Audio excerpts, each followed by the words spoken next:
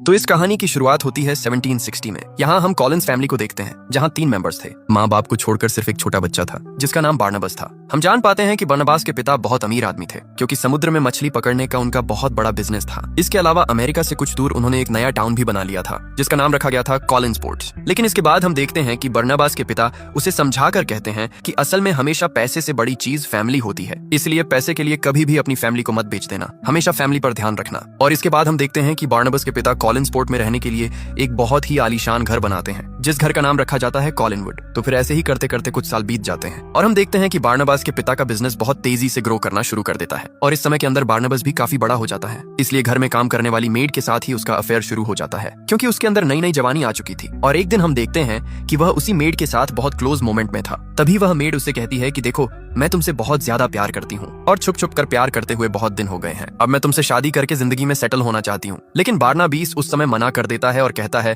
अभी मेरे लिए तुमसे शादी करना संभव नहीं है, क्योंकि मेरे माता पिता तुम्हें कभी स्वीकार नहीं करेंगे। असल में हम जान पाते हैं कि इस लड़की का नाम एंजेलिक है और इन सारी बातों पर एंजेलिक बहुत ज्यादा गुस्सा हो जाती है। बारनबास को अकेला करने के लिए वह उसके ऊपर काला जादू करने का फैसला करती है और इसी काले जादू से वह बारनबास के माँ बाप के ऊपर एक बहुत बड़ी मूर्ति गिरा देती है, जिससे बारनबास के माँ बाप वहीं मर जाते हैं। हालांकि बारनबास ये बात साफ समझ जाता है कि यह कोई एक्सीडेंट नहीं था, यह काले जादू का असर था, इसलिए वह खुद भी काला जादू सीखने की कोशिश करता है। वह अगले कुछ दिनों तक काले जादू की अलग अलग किताबें पढ़ना शुरू करता है और ऐसे ही कुछ दिन गुजरने के बाद आखिरकार बारनबास को उसका सच्चा प्यार मिल जाता है, जिसका नाम जोसेट था। अब बारनबास और जोसेट की प्रेम कहानी देखने के बाद एंजेलिक बहुत ज्यादा गुस्सा हो जाती है, इसलिए वह आखिरकार जोसेट को मारने का फैसला करती है। वह जोसेट पर काला जादू करके उसे अपने कंट्रोल में ले आती है और रात के समय हम देखते हैं कि जोसेट चलते चलते एक बहुत ऊंची जगह पर पहुंच जाती है और यहाँ जब तक बारनबास उसे बचाने के लिए आता, उससे पहले ही जोसेट वहां से छलांग लगाकर सीधे नीचे गिर जाती है और उसकी मौत हो जाती है। ये सब देखने के बाद बारनबास की हालत बहुत खराब हो जाती है, इसलिए यह सब सहन न कर पाने की वजह से वह खुद भी सुसाइड करने का फैसला करता है। और जैसे ही वह इतनी ऊंचाई से कूद कर मरने की कोशिश करता है, तब इतनी ऊंचाई से गिरने के बाद भी उसकी मौत नहीं होती,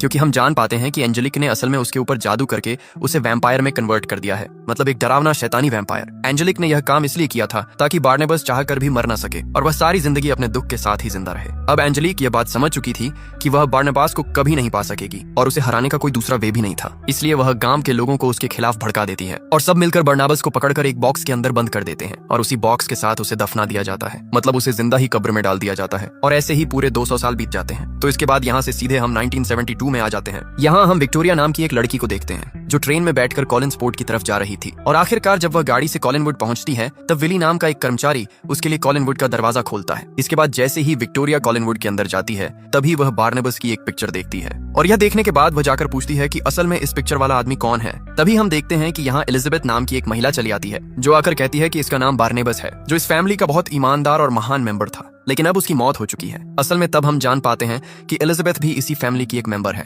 और अब उसने न्यूज़पेपर में एक एडवर्टाइजमेंट दिया था कि उसे एक ट्यूटर चाहिए जो डेविड की देखभाल करेगा। इसके बाद एलिजाबेथ विक्टोरिया से कहती है कि इस बहुत बड़े घर में अब सिर्फ हम 4-5 लोग ही रहते हैं। जहाँ मैं रहती हूँ, मेरी बेटी कैरोलिन रहती है, मेरा भाई रॉजर है और उसका बेटा डेविड रहता है। और यह सब सुनने के बाद जब विक्टोरिया डेविड की माँ के बारे में उससे पूछती है, तब एलिजाबेथ उसे बताती है कि समुद्र में डूबने की वजह से डेविड की माँ की मौत हो गई थी। लेकिन अब तक डेविड ये बात मान नहीं पा रहा है। वह सोचता है कि वह अपनी माँ को देख सकता है और उससे बात भी कर सकता है। इसके बाद वह विक्टोरिया को अपनी बेटी कैरोलिन से भी मिलवाती है और तब विक्टोरिया ये बात समझ जाती है कि कैरोलिन थोड़ी गुस्सैल और चिड़चिड़ी लड़की है। तो इसके बाद उसी रात जब वे लोग डिनर करने आते हैं, तब एलिजाबेथ विक्टोरिया को डेविड के पिता रॉजर से भी मिलवाती है। लेकिन तभी यहाँ जूलिया नाम की एक साइकोलॉजिस्ट आ जाती है। असल में क्योंकि डेविड अभी भी अपनी माँ की मौत को भूल नहीं पा रहा था और उसे लगता था कि वह अपनी माँ को देख सकता है और उससे बात भी कर सकता है, इसलिए एलिजाबेथ को लगा था कि शायद उसे एक साइकोलॉजिस्ट की जरूरत है, इसलिए उसने जूलिया को इनवाइट करके यहाँ बुलाया था। और इसी वजह से पिछले 3 साल से वह यहीं रहकर यहीं खाकर सिर्फ डेविड का ट्रीटमेंट कर रही थी, लेकिन असल में उससे कोई इंप्रूवमेंट नहीं हो रहा था। और तभी विक्टोरिया थोड़ी दूर सफेद कपड़ा पहने हुए किसी को देखती है। तब हमें पता चलता है कि असल में डेविड उसे डराने के लिए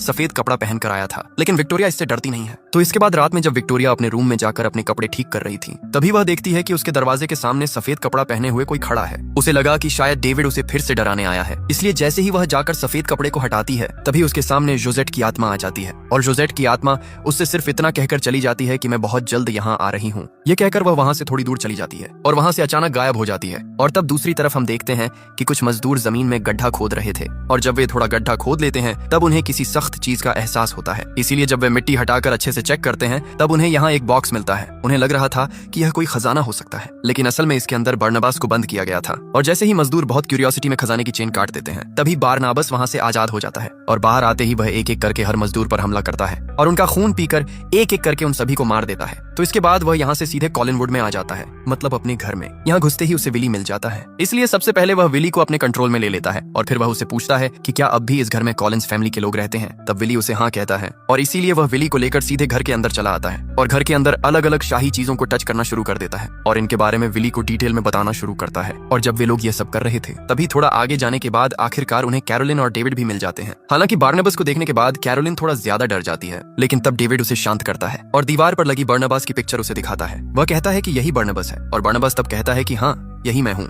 जब मैं इस जगह पर खड़ा था, तब एक महान आर्टिस्ट ने मेरी यह पिक्चर बनाई थी। और तभी हम देखते हैं कि यहाँ एलिजाबेथ आ जाती है, जो बारनबास को देखने के बाद बच्चों को उससे दूर रहने के लिए कहती है। लेकिन तब डेविड उसे कहता है कि वह तो हमारा रिश्तेदार है, वह हमसे ऐसा ही कह रहा था। लेकिन असल में हम जान पाते हैं कि एलिजाबेथ बारनबास को एक फ्रॉड समझ रही थी। वह सोच रही थी कि शायद कोई बारनबास का रूप लेकर उनके साथ धोखा करने की कोशिश कर रहा है, इसलिए वह उसे एक साइड रूम में ले जाती है और उससे कहती है कि अगर यह कोई मजाक है तो इसे यहीं खत्म कर देना चाहिए। लेकिन बारनबास खुद को साबित करने के लिए उसके सामने ही एक सीक्रेट दरवाजा खोलता है और उस गुप्त रास्ते से वह उसे एक छिपे हुए खजाने के पास ले जाता है, जिस खजाने के बारे में अब तक एलिजाबेथ को कुछ भी पता नहीं था। असल में यह खजाने बरनबास के पिता ने यहाँ छुपा कर रखे थे। यहाँ बहुत सारा सोना, चांदी, हीरे, गहने और अलग अलग तरह की चीजें थीं। और जब एलिजाबेथ ये सब चीजें देखती है, तब वह पूरी तरह हैरान रह जाती है, क्योंकि वह इससे पहले इस चीज के बारे में नहीं जानती थी। और इससे वह साफ समझ जाती है कि असल में यह बारनबास कोई और नहीं है, बल्कि कॉलिन्स फैमिली का ही एक मेंबर है। तो यहाँ बारनबास एलिजाबेथ से कहता है कि मैं एक वैम्पायर हूँ और वह अपने बारे में सारी बातें उसे बता देता है। लेकिन वह यह प्रॉमिस भी करता है कि वह इस फैमिली के किसी मेंबर को नुकसान नहीं पहुंचाएगा। और इस डील के बाद उसे यहाँ रहने का मौका दिया जाता है। और जब डिनर टेबल पर वे सब बैठकर डिनर कर रहे थे,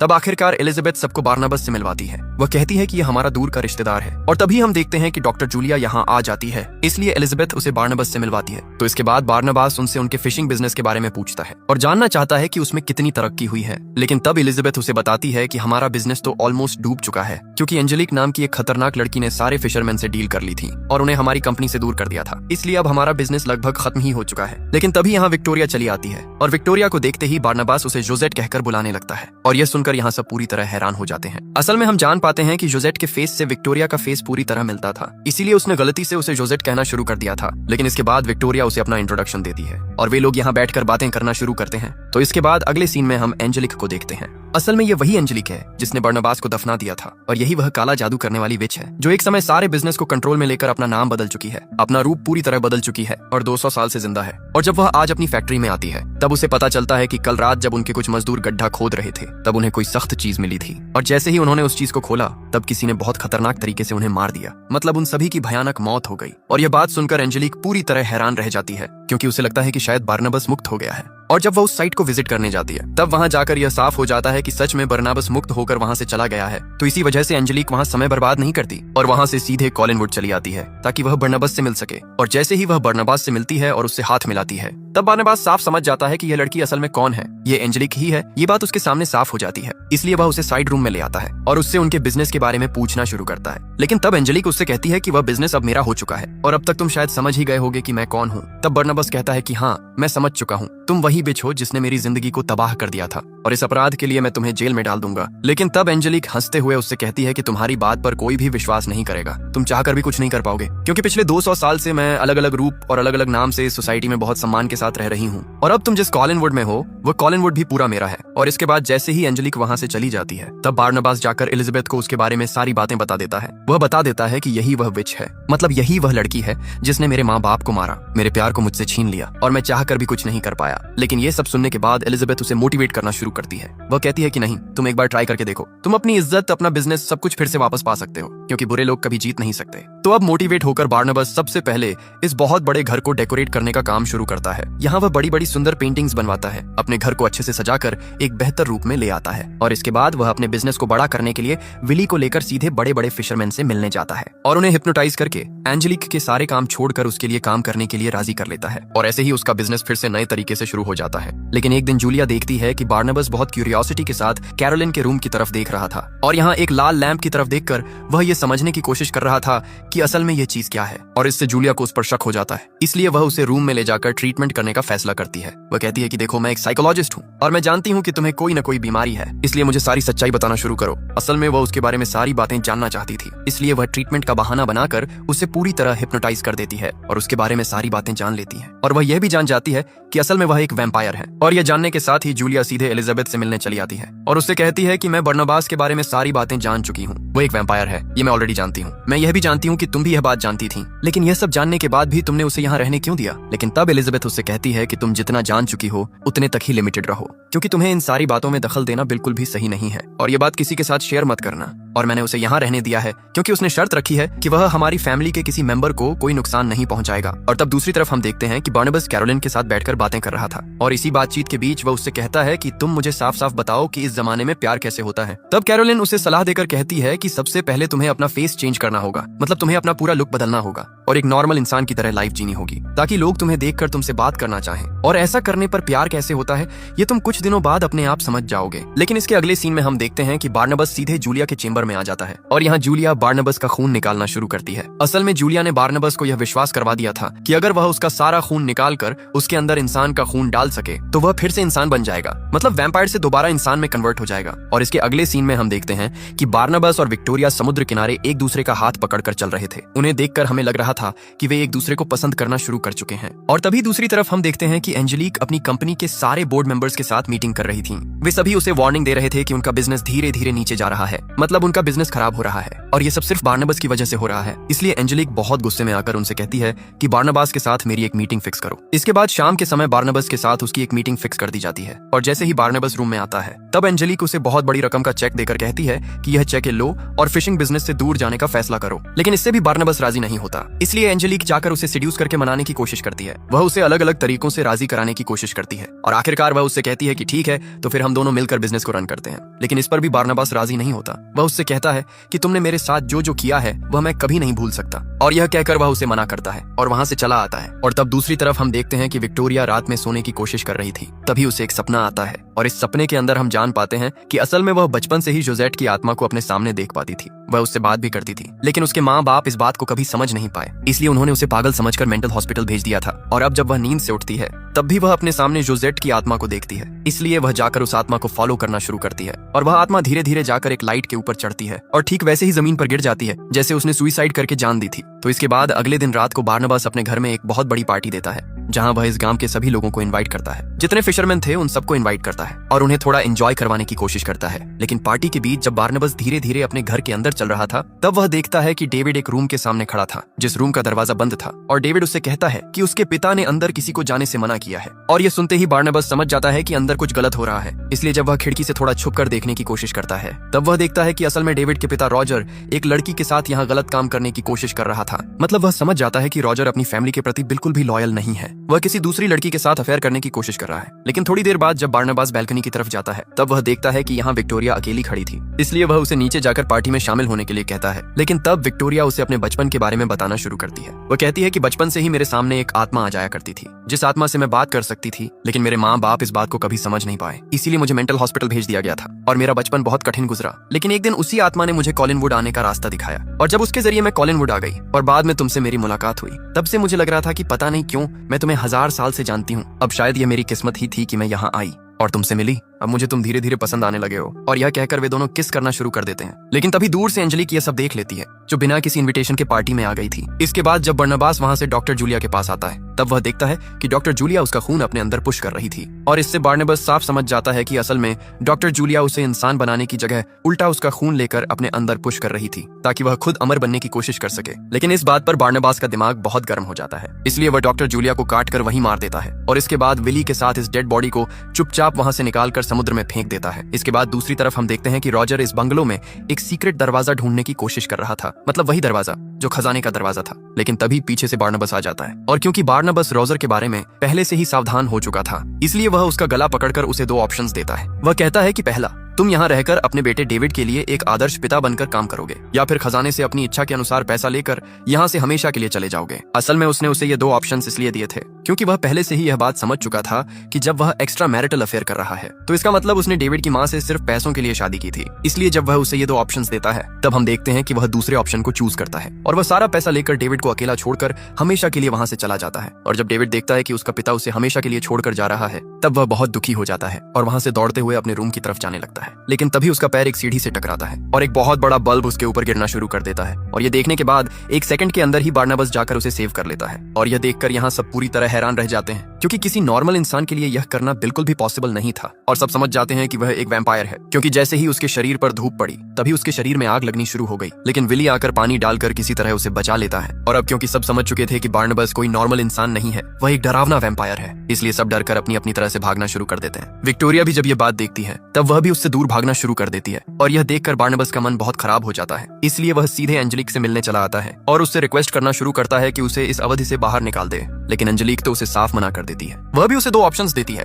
वह कहती है कि पहला, तुम मेरे साथ मिलकर बिजनेस करोगे और मेरे लवर बनकर मेरे साथ पूरी जिंदगी बिताओगे, और अगर तुम ये नहीं करना चाहते तो मैं तुम्हें फिर से बॉक्स में बंद करके जिंदा ही दफना दूंगी। लेकिन यह सुनने के बाद बार्नाबास का दिमाग और ज्यादा गर्म हो जाता है, इसलिए वह उसे साफ मना कर देता है। लेकिन तब एंजेलिक उससे डॉक्टर जूलिया के बारे में पूछना शुरू करती है क्योंकि उसे लग रहा था कि शायद बार्नाबास ने डॉक्टर जूलिया को मार दिया है, इसलिए वह अलग अलग चालों से उससे बातें पूछना शुरू करती है। और हम देखते हैं कि बार्नाबास भी बहुत गुस्से में आकर उसके सामने मान लेता है कि उसी ने डॉक्टर जूलिया को मारा है। और यह कहकर जब वह वहां से बाहर निकलने की कोशिश कर रहा था तभी एंजेलिक अपने जादुई पावर का यूज करके उसे फिर से उसी बॉक्स में बंद कर देती है और उसके पूरे शरीर को चेन से बांध देती है। और फिर वह अपने लोगों की मदद से बार्नाबास के इस बॉक्स को लेकर सीधे एक जंगल की तरफ जाने लगती है। लेकिन रास्ते में बार्नाबास ने जो फिशिंग फैक्ट्री बनाई थी उसे भी वह बॉम्ब से ब्लास्ट करवा देती है। और फिर वह बार्नाबास की बॉडी वाला बॉक्स लेकर सीधे एक डरावने जंगल में आती है और यहाँ एक सुनसान घर के अंदर उस बॉक्स को रखकर चुपचाप वहां से चली जाती है। लेकिन जैसे ही एंजेलिक वहां से चली जाती है तभी डेविड वहां आ जाता है क्योंकि डेविड की माँ की आत्मा उसे यहाँ तक लेकर आई थी और वह आखिरकार इस बॉक्स को खोलकर बार्नाबास को फिर से मुक्त कर देता है। और दूसरी तरफ हम देखते हैं कि क्योंकि फिशिंग फैक्ट्री में आग लग गई थी इसलिए यहाँ बहुत सारे लोग और पुलिस भी जमा हो गई थी।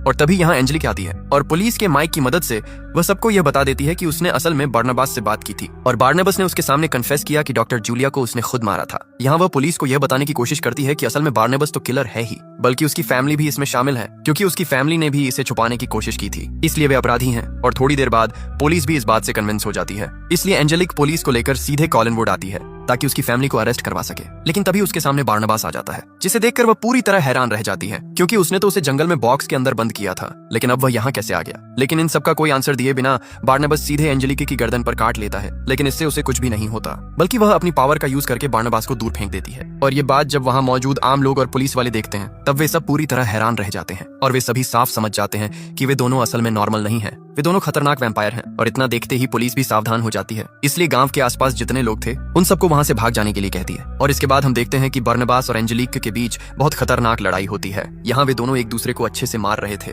लेकिन कोई भी किसी का कुछ नहीं बिगाड़ पा रहा था। तभी पीछे से एलिजाबेथ एक गन लेकर आती है और आकर एंजेलिक पर शूट करना शुरू करती है, लेकिन इससे उसे कुछ भी नहीं होता, बल्कि उसका दिमाग और ज्यादा गर्म हो जाता है। इसलिए वह अपने जादुई पावर का यूज करके घर की चीजों को जिंदा करना शुरू कर देती है। वह एक खतरनाक सांप को एलिजाबेथ पर हमला करने के लिए भेज देती है। वह सांप एलिजाबेथ की गन तक खा जाता है और फिर वह घर के चारों तरफ आग लगा देती है और एक मूर्ति की मदद से वह बार्नाबास को भी एक जगह बंद कर देती है। और तब हमें यह बात पता चलती है कि असल में एंजेलिक ने अपने जादुई पावर का यूज करके कैरोलिन को भी एक खतरनाक वुल्फ में कन्वर्ट कर दिया था। हालांकि कैरोलिन बार बार जाकर एंजेलिक पर हमला करने की कोशिश करती है, लेकिन एंजेलिक को कोई नुकसान नहीं हो रहा था क्योंकि एंजेलिक बहुत ज्यादा पावरफुल थी, इसलिए वह बार बार कैरोलिन को अच्छी तरह मारती है और एक समय पर तो वह उसे बेहोश कर देती है। और फिर वह बार्नाबास के पास जाकर उसे मारने की कोशिश करती है, लेकिन मारने से पहले वह उससे कहती है कि मैंने एक एक करके तुम्हारी सारी चीजें डिस्ट्रॉय कर दी हैं। मैंने तुम्हारी गर्लफ्रेंड को मारा, मैंने तुम्हारे माँ बाप को मारा, यहाँ तक कि डेविड की माँ की भी नदी में गिरने से मौत नहीं हुई थी, बल्कि मैंने उसे मारा था। लेकिन तभी हम देखते हैं कि यहाँ डेविड आ जाता है और वह आकर उससे कहता है कि बार्नाबास को छोड़ दो वरना मेरी माँ की आत्मा तुम्हें मार देगी।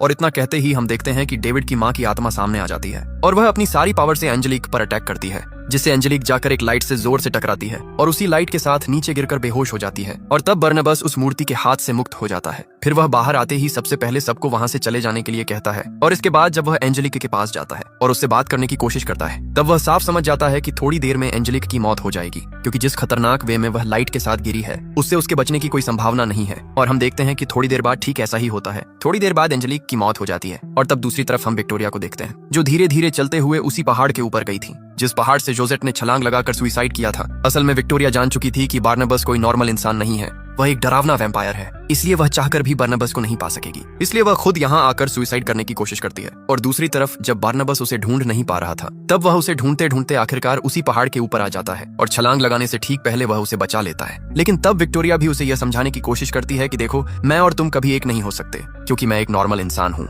और तुम एक वैम्पायर हो, तो क्यों ना तुम भी मुझे अपनी तरह एक वैम्पायर बना दो। लेकिन बार्नबास इसके लिए बिल्कुल भी राजी नहीं हो रहा था, इसलिए विक्टोरिया वहां से छलांग लगाकर सुसाइड करने की कोशिश करती है। लेकिन तब बार्नबास उसे बचाने के लिए जमीन पर गिरने से पहले ही उसे काटकर एक वैम्पायर में कन्वर्ट कर देता है। इसलिए विक्टोरिया नीचे गिरने के बाद भी नहीं मरती और आखिरकार बार्नबास और वह दोनों वैम्पायर बनकर एक सुंदर लाइफ लीड करने का प्रॉमिस लेते हैं, क्योंकि आखिरकार उन्होंने एक दूसरे का प्यार पा लिया था और वे दोनों अमर हो चुके थे। अब वे दोनों बहुत सारे साल साथ बिता सकते थे और इसलिए वे यहाँ किस करके अपने बीच खुशी मनाने की कोशिश करते हैं। लेकिन तभी हम समुद्र के नीचे का एक सीन देखते हैं। हम देखते हैं कि डॉक्टर जूलिया की जो डेड बॉडी नीचे फेंकी गई थी वह अचानक अपनी आंखें खोल देती है। असल में क्योंकि बार्नबास ने उसे काट कर मारा था इसलिए वह भी एक वैम्पायर बन चुकी थी, अब वह भी जिंदा हो गई है। और ऐसे ही एक खतरनाक पॉइंट पर यह पूरी मूवी यहीं खत्म हो जाती है। तो मुझे कमेंट करके बताइए कि वीडियो कैसी लगी। अगर अच्छी लगी हो तो जरूर एक लाइक करिए और अगर अब तक आपने हमारे चैनल को सब्सक्राइब नहीं किया है तो प्लीज कर लीजिए।